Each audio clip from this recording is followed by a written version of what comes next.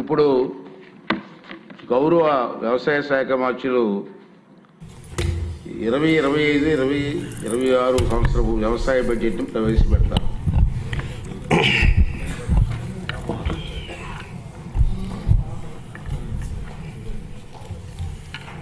గౌరవ సభాపతి గారు,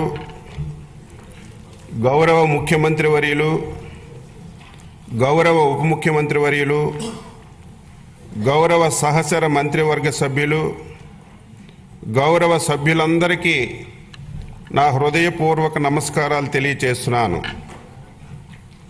దేశానికి అన్నం పెట్టడం కోసం అహర్నిశలు కృషి చేసే రైతన్నలకు మనసారా నమస్కరిస్తూ వ్యవసాయ బడ్జెట్ ప్రవేశపెడుతున్నాను. ఒక దేశం లేదా రాష్ట్రం అభివృద్ధికి దోహదపడేది వ్యవసాయం యొక్క గొప్పతనం మరియు ప్రాముఖ్యత గురించి దివంగత వ్యవసాయ శాస్త్రవేత్త భారతరత్న డాక్టర్ ఎంఎస్ స్వామినాథన్ గారు చెప్పిన మాటలు మొదటగా మనం గుర్తు చేసుకుందాం. వ్యవసాయం మేధోపరంగా, సంతృప్తిపరంగా మరియు లాభదాయకంగా మారితే అది ఉద్యోగ ఆధారిత ఆర్థిక వృద్ధిని ప్రేరేపిస్తుంది. వ్యవసాయం కుంటుపడితే మరే రంగం సరిగ్గా జరిగే అవకాశం ఉండదు. ఆ మహనీయుని మాటల్లో ప్రతి అక్షరం సత్యమని గ్రహించి ఈ ప్రభుత్వం అందుకే ప్రధాన వనరైన వ్యవసాయాన్ని ప్రాథమిక రంగంగా గుర్తించి దానిని పరిపుష్టి చేసి రైతులను స్థితిమంతులుగా చూడాలని ఆకాంక్షిస్తూ స్వర్ణాంధ్ర 2047 లక్ష్యాన్ని సాధించే దిశగా అడుగులు వేస్తున్నాం. వ్యవసాయ శాఖ ఆధునిక టెక్నాలజీని ఉపయోగించి రైతులకు సాగు ఖర్చులు గణనీయంగా తగ్గించవలనని, ప్రకృతి వ్యవసాయం వైపు మళ్లాలని, అధిక ఆదాయ పంటలు సాగుపై దృష్టి సాధించాలని, ఎగుమతికి అనువైన మరియు సన్న వరి రకాలు సాగుని ప్రోత్సహించాలని మన ముఖ్యమంత్రి గారు శ్రీ నారా చంద్రబాబు నాయుడు గారు దృఢ సంకల్పంతో ఉన్నారు. వికసిత్ భారత్ 2047కి అనుసంధానంగా మన రాష్ట్ర ప్రగతి పదంలో ముందుకు నడిపించి 2047 నాటికి $2.4 ట్రిలియన్ ఆర్థిక వ్యవస్థగా మార్చాలని, ప్రజల తలసరి ఆదాయం $43,000 సాధించాలని ప్రభుత్వం లక్ష్యంగా పెట్టుకొని 10 మార్గనిర్దేశక సూత్రాలతో స్వర్ణాంధ్ర 2047 ప్రణాళిక రూపొందించింది. స్వర్ణాంధ్ర 2047 మార్గనిర్దేశక 10 సూత్రాల్లో ఫార్మర్ అండ్ అగ్రిటెక్ అనేది వ్యవసాయ రంగానికి సంబంధించినటువంటి సూత్రం.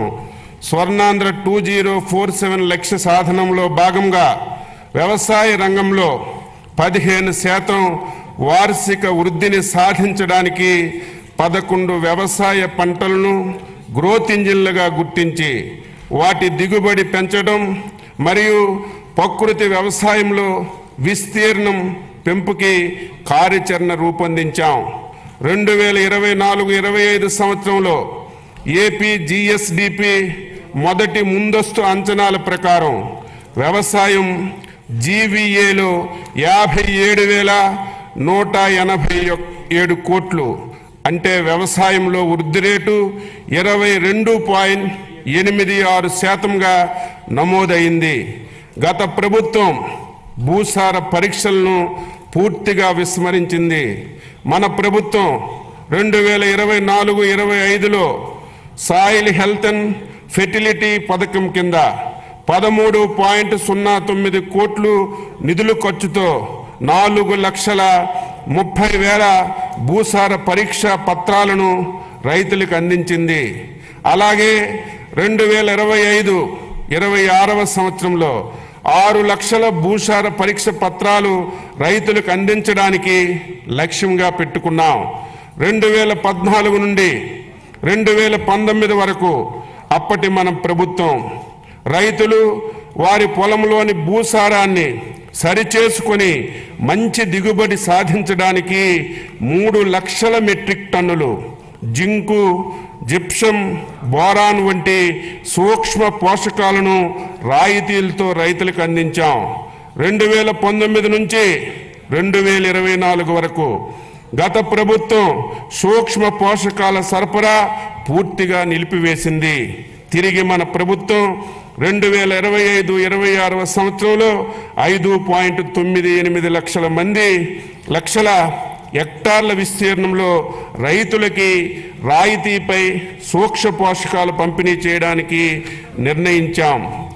ప్రస్తుతం భూసారాన్ని తెలుసుకోవడానికి వాడుతున్నటువంటి సాంప్రదాయక వెట్ కెమిస్ట్రీ స్థానంలో డైకెమిస్ట్రీ పద్ధతిని వినియోగంలోకి తీసుకురావడానికి చర్యలు తీసుకుంటున్నాం.